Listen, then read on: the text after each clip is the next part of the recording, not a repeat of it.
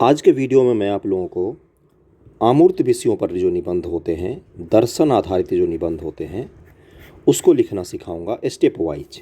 Step wise का मतलब पहला स्टेप, दूसरा स्टेप, तीसरा स्टेप, ऐसे करके हम लोग पढ़ेंगे, जिससे अंत में जब वीडियो समाप्त होगा तो आपको कुछ तो आइडिया लगेगा और आप लिखना शुरू कर देंगे। मेन वही होता है, आप कितना ज़्यादा लेक्चर देख रहे हैं और कितना ज़्यादा पढ़ रहे हैं वो मायने नहीं रखता। मूल होता है कि उससे आपने कितना ज़्यादा सीखा है अभी तक, और अगर वो आउटपुट नहीं निकल रहा है तो इन सब का फिर कोई मायने नहीं बनता है। तो आप सभी का स्वागत है study for UPSC PCS channel पर। चैनल पर नए हैं तो सब्सक्राइब ज़रूर कर लीजिए। बहुत ही डायनामिक तरीके से हम लोग हर चीज़ को कवर करते हैं। निबंध हो, आईआर हो, जीएस1 हो, जीएस2 हो, सबका प्लेलिस्ट है। गाइडेंस रिलेटेड जो वीडियो चाहिए, आपके जितने भी गाइडेंस घर पर रह के आपको हर तरह का मिल जाएगा, तो वो सब कुछ आपको प्रोवाइड हो जाएगा इसमें। अमूर्त विषयों पर जो निबंध पूछे जाएंगे, कुछ लोग अनभिज्ञ होंगे, नहीं पता होगा, तो बीपीएससी में निबंध पेपर में 300 नंबर का होता है, ये तो पता ही है, इसी साल से ऐड हुआ है। और इसमें 3 सेक्शन रहेगा, सेक्शन 1 रहेगा, सेक्शन 2 रहेगा और सेक्शन 3 रहेगा।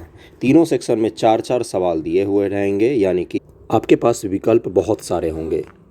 ओके, और उसमें से निबंध 3 मात्र लिखने रहेंगे। टोटल 12 निबंध रहेगा करीब में, उसमें से 3 आपको लिखना रहेगा। जिसमें एक सेक्शन जो है ये रहेगा आपका सब्जेक्टिव आधारित, जो जैसे किसान समस्या, महिला समस्या, ये सब आधारित रहेगा। एक सेक्शन रहेगा आपका बिहार स्पेशल, और एक रहेगा आपका दर्शन आधारित, जिसको अमूर्त निबंध भी बोलते हैं, जो सामान्य जो सब्जेक्टिव चीज़ होती है इन पर आधारित नहीं होता है। ज्ञानवान की बातें होती हैं, आत्मा परमात्मा से संबंधित चीज़ें भी हो सकती हैं। वैसे आसान पूछेगा, स्टेट पीसीएस लेवल का जहाँ पर पूछेगा वहाँ तक तो आसानी से कर ले जाएंगे, इतना मैं समझा दूंगा आने वाले कुछ लेक्चरों में। ओके, तो अमूर्त निबंध जो होते हैं वो किस तरह के होते हैं, कुछ एक उदाहरण मैं देता हूँ। जैसे मान लीजिए मैंने बोला कि विद्या ददाति विनयम, ये जो टॉपिक होता है ये क्या है, ये अमूर्त विषय पर आधारित हो गया। ये आपसे क्या बोला जाएगा, जैसे ब्रह्मम सत्यम जगत मिथ्या, इस पर निबंध लिखिए। ये क्या हो गया, ये अमूर्त विषय दर्शन पर आधारित हो गया। ये आपसे क्या बोले कि every thing is possible in love and war, ये क्या है, ये उसी तरह का निबंध है।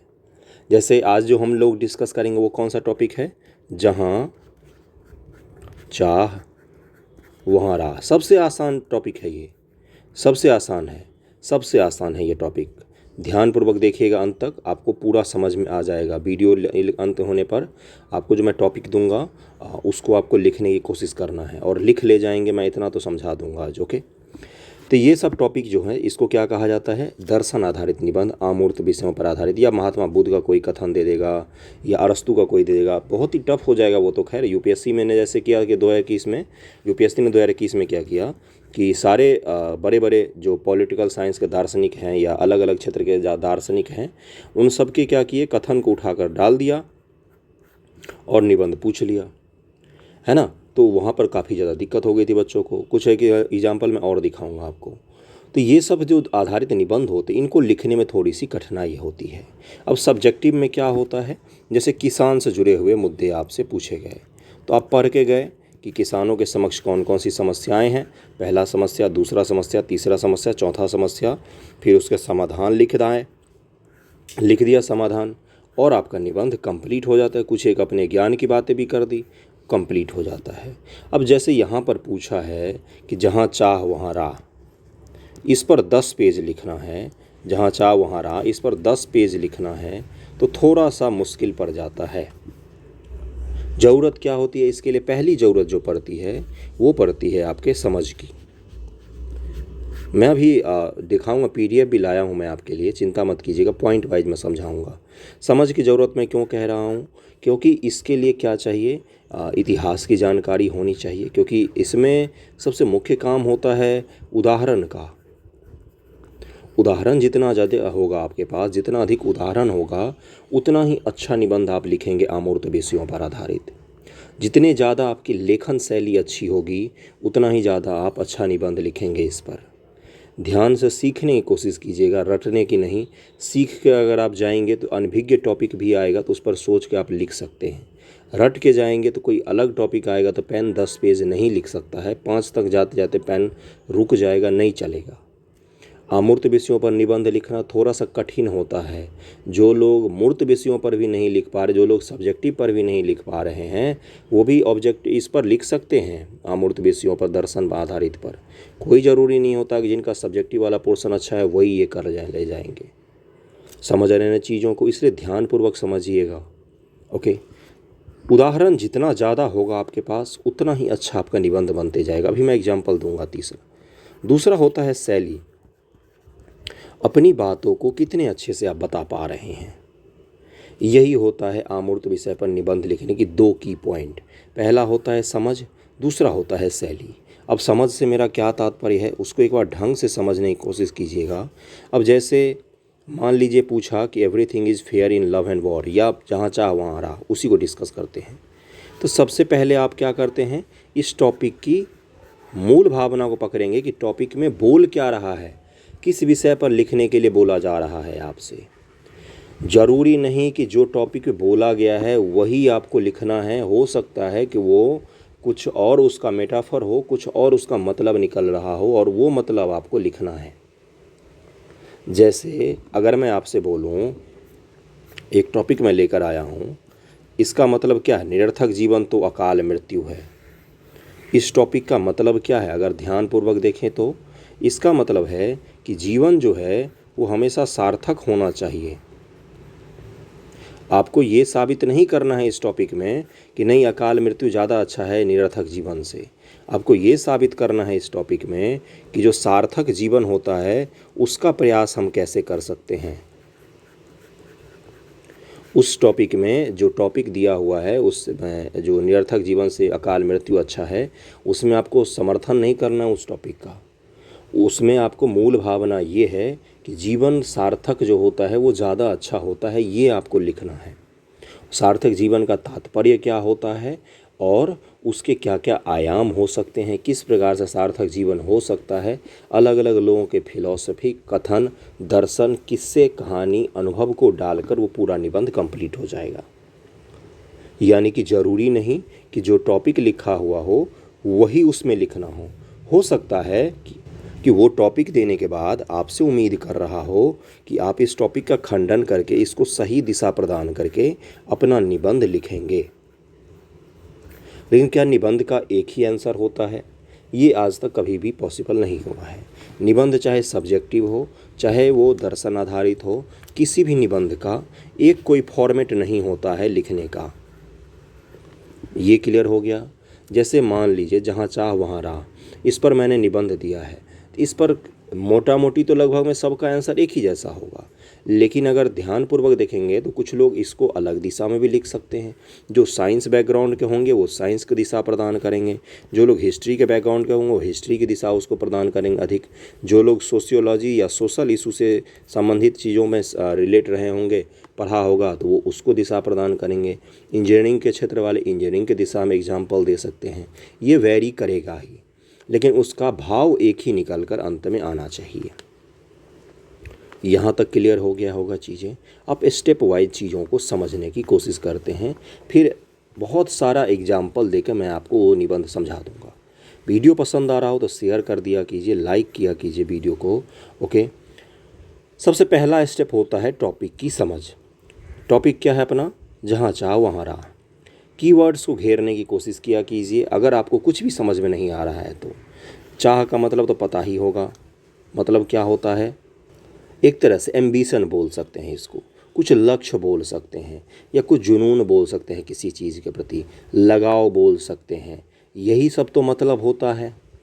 अगर आप 12th पास करके भी आएंगे तभी तो समझ सकते हैं जहाँ चाह वहाँ राह का मतलब क्या होता है। अगर आपने किसी चीज़ के बारे में अपना लक्ष्य बनाया है, किसी चीज़ के प्रति आपका लगाव है, किसी चीज़ के प्रति आपका बिल्कुल डेडिकेशन है, किसी चीज़ को लेकर आप एम्बिशियस हैं, तभी वहाँ पर राह बनने की संभावना होती है। अगर मैं यहाँ से निकलूँगा पटना जाने के लिए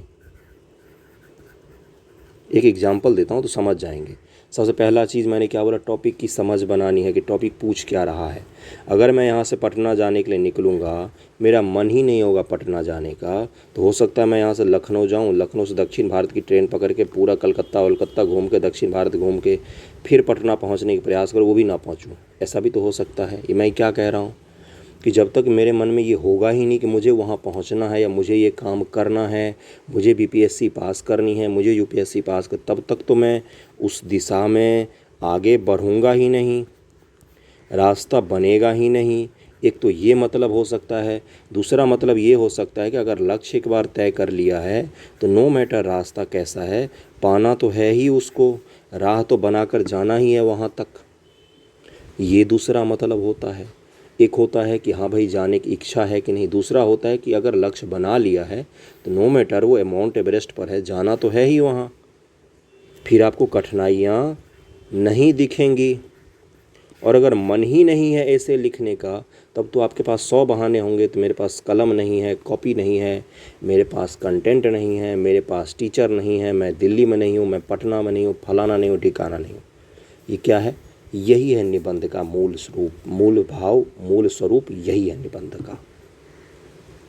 यानी कि वो आपसे पूछ रहा है कि जहाँ पर लक्ष्य स्पष्ट होता है कि क्या करना है, वहाँ पर रास्ते की कठिनाई जो है वो बाधा नहीं बनती है। इस चीज़ का ध्यान में रखिएगा। यही मूल बोल रहा है कि जहाँ पर चाह होती है किसी चीज़ को लेकर, बिल्कुल जुनून होता है, एम्बिशन होता है, लगाव होता है, महत्वाकांक्षा होता है, कुछ भी आप शब्द दे सकते हैं इस चीज़ को, उस चीज़ को पाने के लिए फिर उस बीच में कोई कठिनाई नहीं आती है। ये तो क्लियर हो गया, टॉपिक समझ गए अब हम। अब दूसरा स्टेप क्या है? टॉपिक का तो समझ गए क्या लिखना है इसमें। दूसरा स्टेप क्या है कि इस टॉपिक को लिखने के लिए आयाम डिसाइड करना पड़ेगा कि आयाम इसके क्या क्या हो सकते हैं। जैसे अब आपने क्या किया, आयाम में शुरू किया कि हाँ भाई आयाम इसका कैसे लें, कैसे डिसाइड करें। तो किसी भी टॉपिक का आयाम जो होता है वो तभी निकल कर आएगा जब पहला स्टेप आप पूरा कर लेंगे। यानी कि टॉपिक जब आप समझ जाएंगे तो उसका आयाम निकालना बहुत ही आसान हो जाएगा। आयाम कहाँ कहाँ से निकलेगा? सामाजिक दृष्टिकोण से इस चीज़ को देख सकते हैं कि समाज में ऐसे कौन कौन सी चीज़ें हैं जिसको लेकर समाज ने चाहा और उस चीज़ को हासिल कर लिया। राजनीति में कौन कौन सी ऐसी चीज़ें हैं जिसको लेकर लोगों ने चाहा, राजनीतिज्ञों ने चाहा या पॉलिटिशियन ने चाहा, लोगों ने चाहा, लोकतंत्र ने चाहा, उसको हासिल कर लिया। सांस्कृतिक दृष्टि से ऐसी कौन कौन सी चीज़ें हैं जो चाहने के बाद संपूर्ण रूप से पूरी हो गई। और भी आप इसको एग्जाम्पल दे सकते हैं, वैज्ञानिक दृष्टिकोण से दे सकते हैं, करंट में कोई चीज़ चल रहा हो तो उसको दे सकते हैं। जैसे कोरोना वैक्सीन बनाना पहले 5 साल 10 साल में पूरा होता था, एक वैक्सीन का रिसर्च, लेकिन चूंकि सर पर आ गया, मानव अस्तित्व के समक्ष खतरा बन गया था कोरोना, इसलिए 1 साल के अंदर, 1 वर्ष के अंदर इसका वैक्सीन तैयार कर लिया गया अलग अलग देशों के द्वारा। आप समझ पा रहे हैं जो मैं आपको कह रहा हूँ? ये क्या था? ये एक एग्जाम्पल दिया है मैंने आपको करंट से उठाकर। समझ पा रहे हैं जो मैं कहने की कोशिश कर रहा हूँ? आप ही के आसपास का मैंने उदाहरण दिखाया है। मान लीजिए अगर एम्बिशन नहीं होता, चाह नहीं होती कि नहीं मुझे किसी भी हद तक जाके कोरोना का वैक्सीन बनाना है, इंडियन गवर्नमेंट के द्वारा या दुनिया के कोई भी वैज्ञानिक हो, किसी ने भी रिसर्च किया हो, तो ये पूरा नहीं हो सकता था। यानी कि कठिनाई तो बहुत सारी थी। पहले 10 साल लगते थे कोरोना के वैक्सीन या किसी भी चीज़ का वैक्सीन बनाने में, रिसर्च करने में। ऐसा क्या था कि इस रास्ता जो है ये अपने आप बन गया, इसमें देरी नहीं लगी, इसको पूरा करने में समय नहीं लगा। ऐसा क्या हुआ? तो वही था वो चाह, एम्बिशन, लक्ष्य था, एक जुनून था कि 1 वर्ष में बना लेंगे। नहीं तो मानव के अस्तित्व पर संकट आ गया था कि मानव सरवाइव कैसे करेगा इस चीज़ के साथ। आप समझ पा रहे हैं? ये कहाँ से मैंने एग्जाम्पल निकाला है? तो ये तो मैंने करंट में से इसका आयाम निकाला है। समाज में एक चीज़ को लेकर चलिए, जैसे समाज में मान लीजिए जैसे ट्रिपल तलाक था। ट्रिपल तलाक के खिलाफ जो महिलाएं लड़ रही थीं, उनको पता भी था कि वो कितने बड़े संघर्ष को लेकर चली हैं अपने घर से, ट्रिपल तलाक को लेकर। लेकिन उनका लक्ष्य था कि समाज से ये जो विभेद पूर्वक नीति बनाई गई है धर्म के नाम पर, उसको समाप्त करना है। भले ही उनके खिलाफ फतवे जारी हों, भले ही उनके खिलाफ रैलियां हों, उनके घर से निकाल दे, कुछ भी हो, ऑन एनी हाउ हमें प्राप्त करना है। तो अंत में सरकार झुकी और सरकार ने कानून बनाया ट्रिपल तलाक को लेकर। ये समाज का उदाहरण हो गया, हुआ ना। समाज में ही और अगर मैं एग्जाम्पल दूं आपको, तो जैसे सावित्री बाई फूले, अभी आएंगे कि एग्जाम्पल कहाँ से ला रहे हैं। सावित्री बाई फूले कौन थी? ज्योतिबा फूले की पत्नी थी। कम उम्र में विवाहित हो गई थी ज्योतिबा फूले से, नहीं पढ़ी लिखी थी। ज्योतिबा फूले जी ने इनको पढ़ाया, शिक्षा दी इनको। इनको पता चला कि शिक्षा का महत्व क्या होता है। तो इन्होंने बोला कि अब तो मैं समाज के लड़कियों को शिक्षित करूंगी, क्योंकि इनको पता चला कि महिलाएं शिक्षित नहीं हैं, इसीलिए उनका शोषण होता है। तो ये जब महिलाओं को शिक्षा देना इन्होंने शुरू किया, तो जब ये शिक्षा देने के लिए स्कूल जाती थी तो 2 साड़ी लेकर जाना पड़ता था, क्योंकि महिलाओं को शिक्षा देना उसमें पाप माना जाता था, ऊपरी कास्ट, निचली कास्ट, सारे कास्टों में। तो स्कूल जाते समय इनके ऊपर लोग कीचड़ पत्थर फेंकते थे, पूरा कपड़ा गंदा हो जाता था। स्कूल जाती थी, फिर से कपड़ा बदलती थी और पढ़ाना शुरू कर देती थी। आज हम लोग 2023 ईस्वी में सावित्री बाई फूले का नाम क्यों पढ़ रहे हैं? उनके इसी संघर्षों के कारण। आज महिलाओं की स्थिति भारत में कैसी है सोचिए, जहाँ पर शिक्षा देना महिलाओं के वैधव्य से जोड़ दिया जाता हो कि जो पढ़ी लिखी महिलाएं होती हैं वो विधवा हो जाती हैं। उस समाज के उस कुरीति को तोड़ते हुए, रूढ़िवादिता को तोड़ते हुए, उन्होंने पूरे समाज में महिलाओं को स्कूल को जाने को बढ़ावा दिया, शिक्षा को बढ़ावा दिया, महिलाओं को पुरुषों के बराबर लाने की कोशिश की। कितना बड़ा संघर्ष रहा होगा, लेकिन लक्ष्य था उनका कि मुझे तो ये काम करना ही है। इस प्रकार से आपको सोचना पड़ेगा। अब आते हैं तीसरे स्टेप से पहले, उदाहरण से पहले, कि इस प्रकार की चीज़ें सोचने के लिए आप कहाँ से शुरू कर सकते हैं। तो देखो, किसी भी चीज़ पर निबंध लिखने के लिए जो सबसे बेसिक नीड होती है बंधुओं, वो किस चीज़ का होता है? वो होता है एक ही चीज़ का, कि आपके पास कंटेंट कितना ज़्यादा है।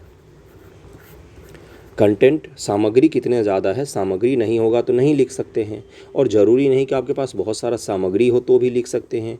उदाहरण के तौर पर अगर मैं बताऊं आपको, जैसे आपका किचन है, किचन में मैंने आपको भेज दिया, वहाँ सारा सामान रखा हुआ है, बिल्कुल जो जो आपको खाना है, लेकिन वो सब कच्चे फॉर्म में रखा हुआ है। आटा रखा हुआ है, सब्जियाँ रखी हुई, मसाले रखे हुए, नमक तेल सब कुछ रखा हुआ है। आपको बनाना ही नहीं आता है तो तब तो आप फिर से भूखे ही रहेंगे, या बनाने की कोशिश भी करेंगे तो हाथ जलाएंगे, या घटिया सा बनाएंगे जो खुद भी खाने में बुरा लगेगा। ये मैं क्या कह रहा हूँ कि ज़रूरी नहीं है कि अगर आपके पास कंटेंट है भी तो भी आप लिख लें, ओके। और कंटेंट नहीं है तो आप लिख ही नहीं सकते हैं, लेकिन कंटेंट है तो भी आप लिख लें, ऐसा ज़रूरी नहीं है। ये लाइन मैं इसलिए बता रहा हूँ आपको कि कई सारे लोग एग्जामिनेशन में इस गलतफहमी के साथ जाते हैं कि मैंने जीएस बहुत ही अच्छा पढ़ा है, मैं निबंध को बहुत ही अच्छे से लिख लूँगा या लिख लूँगी। ऐसा नहीं होगा। जब तक आपको खाना बनाना आता नहीं रहेगा तब तक आप नहीं बना सकते हैं, भले ही आपको मैं सारा सामग्री दे दूँ। जब तक आपको खाना बनाना बार बार आप सीख नहीं लेंगे तब तक अच्छा निबंध नहीं लिख सकते, अच्छा खाना नहीं बना सकते। बस सेम चीज़ है दोनों, ओके। इसलिए कंटेंट सबसे मुख्य चीज़ है, लेकिन कंटेंट से भी ज़रूरी चीज़ है क्या, कि आपको लिखना आना चाहिए, लेखन शैली आपकी अच्छी होनी चाहिए। जैसे सावित्री बाई फूले का मैंने एग्जाम्पल दिया, पता आपको भी होगा, लेकिन इसको कहाँ पर लिखना है ये आपको नहीं पता था। ये आएगा आपकी समझ से। कैसे लिखना है ये कहाँ से आएगा? शैली से। तो ये सब कुछ आपको आना चाहिए, लिखना आना चाहिए। अब लिखना कहाँ से सीखें, कंटेंट कहाँ से जमा करें, अब इन चीज़ों पर थोड़ा सा बात करते हैं। सबसे पहले बात करते हैं कंटेंट की, कि भाई सामग्री कहाँ से लाएं लिखने के लिए। तो देखिए, कंटेंट जो आप लाएंगे उसमें सबसे पहला सोर्स होगा जो आप पढ़ेंगे जीएस वगैरह के लिए, हिस्ट्री पढ़ेंगे, ज्योग्राफी पढ़ेंगे, इकोनॉमिक्स पढ़ेंगे, सोशल इश्यूज़ को पढ़ेंगे, सामाजिक चीज़ों को पढ़ेंगे। तो ये सब जो आप पढ़ेंगे, यहाँ से आपका सब्जेक्ट आधारित निबंध के साथ साथ अमूर्त विषयों में भी आपको बहुत सारा एग्जाम्पल वगैरह आपको मिलना शुरू हो जाएगा। दूसरा सोर्स होता है आपकी खुद की समझ होगी, माइथोलॉजी हो सकता है, रामायण महाभारत हो सकता है, समाज को आस पड़ोस जो देखते होंगे वो सोर्स हो सकता है, न्यूज़पेपर में कोई न्यूज़ पढ़ा होगा तो वो सोर्स हो सकता है, आपका ऑब्जर्वेशन हो सकता है, न्यूज़पेपर हो सकता है, कोई किस्से कहानी हो सकते हैं, अपने जीवन का अनुभव हो सकता है। ये सब कुछ सोर्स होता है। तीसरा होता है कि कथन वगैरह कहाँ से लाएं। तो ये इसका कोई जगह नहीं होता कि आपको मैं बोलूँ कि कोई कविता पर्टिकुलरली पढ़ लो तो हो जाएगा। ये आपको खुद ही जागरूक रहना होता है। जैसे दैनिक भास्कर में ऊपर में देखेंगे तो रोज़ एक कथन लिखा रहता है। पॉलिटिकल साइंस का अगर आप छात्र हैं तो वहाँ पर बहुत सारे लोगों के लाइनें मिल जाएंगी। इतिहास के बुक जब पढ़ते हैं स्पेक्ट्रम वगैरह तो उसमें चैप्टर के पीछे में कथन वगैरह रहते हैं हर चीज़ से संबंधित। सोशल इशू कोई पढ़ते हैं या मान लीजिए महिलाओं के इशू पर लिख रहे हैं तो सर्च कर लीजिए गूगल पर कि महिलाओं के बारे में किसने क्या बोला है, फेमस कोटेशन अबाउट वुमेंस, ऐसे पढ़ लीजिए, सर्च कर लीजिए। माइथोलॉजी के बारे में पढ़ रहे हैं तो उसमें देखिए किसी का कोई कथन याद हो, कुछ आपको गीता का याद हो, रामायण का याद हो तो उसको यूज कर सकते हैं। गांधी जी का कोई याद हो तो उसको यूज कर सकते हैं।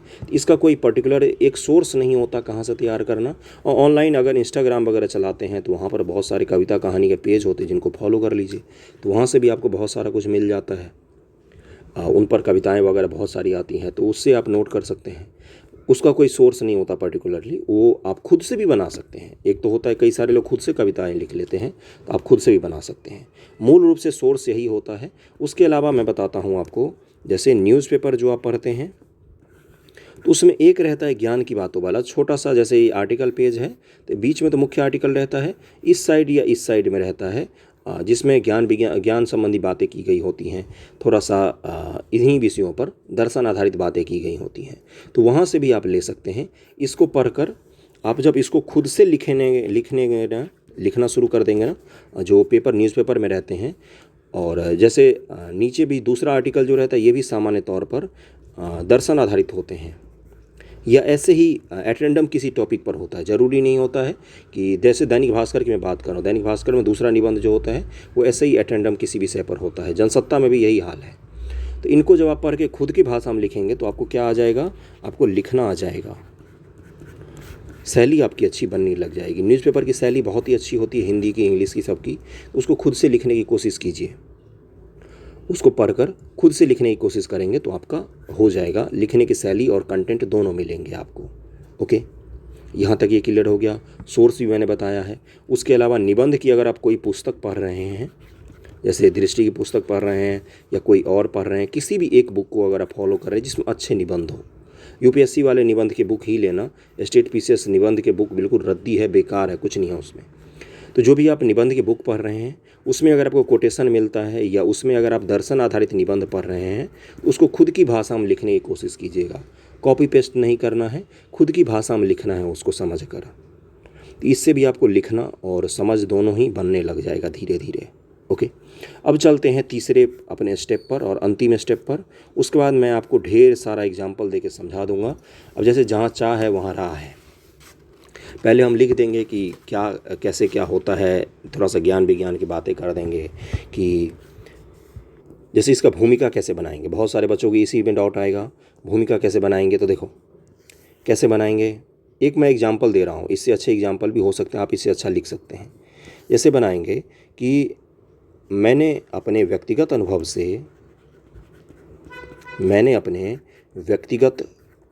से ये सीखा है कि उपरोक्त कथन हमेशा सही साबित होता है। ऐसे शुरू किया हमने, या उपरोक्त जो दिया हुआ है वो सही साबित होता है।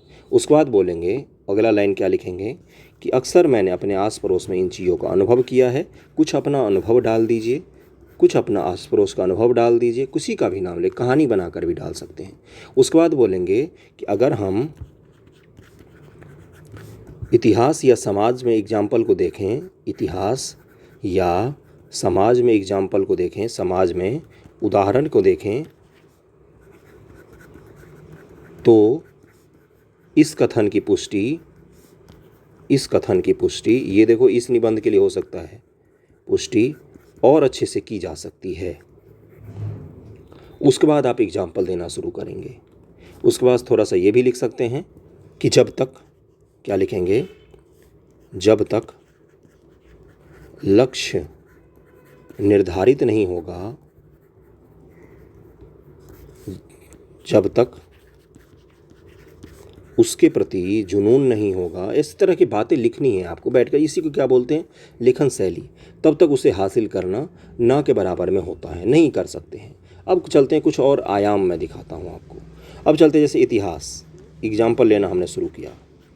इतिहास पहला एग्जाम्पल किसी का भी, जैसे चंद्रगुप्त मौर्य का ले सकते हैं कि मगध साम्राज्य इतने बड़े साम्राज्य को हरा दिया।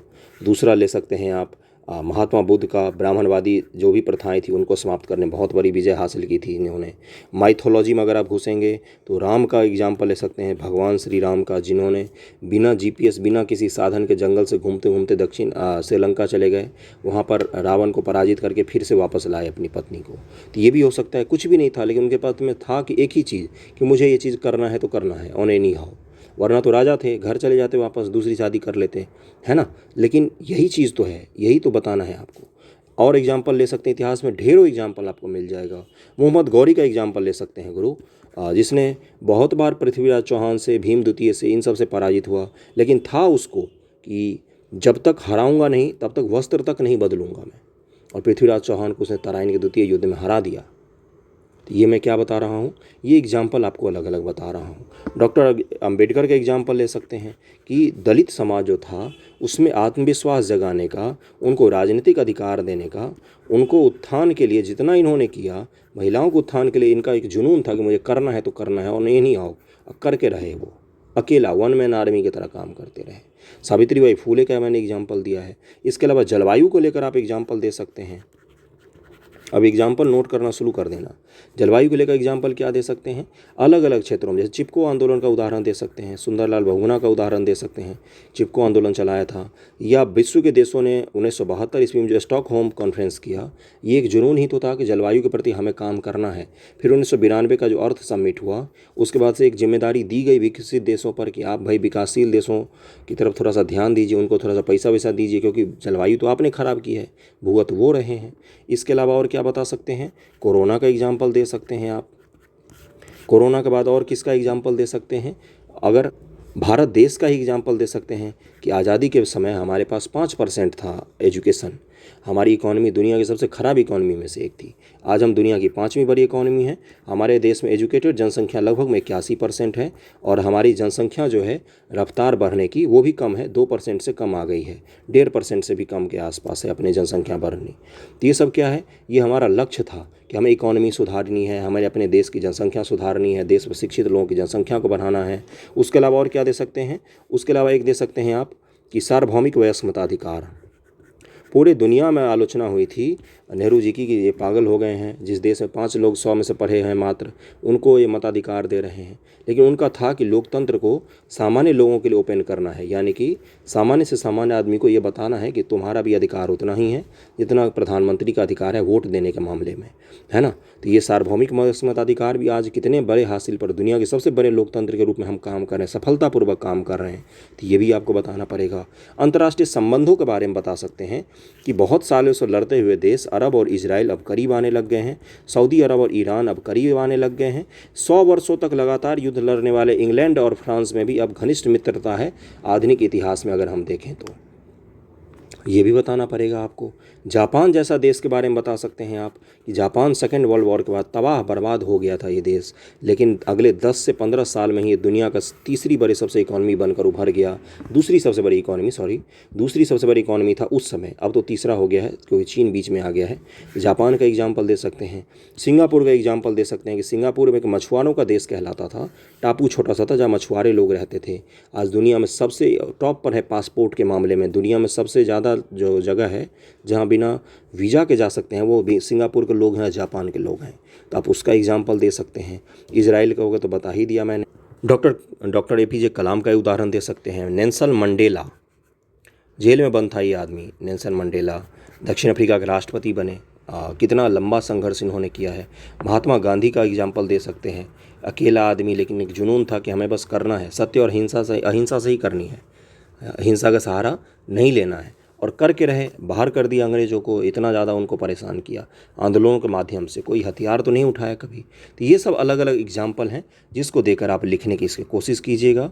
जहाँ चाह वहाँ रहा, इसको लिख कर भेजिएगा, मैं चेक कर दूँगा। और कैसा लगा है वीडियो ज़रूर बताइएगा। थैंक यू सो मच आप सभी का।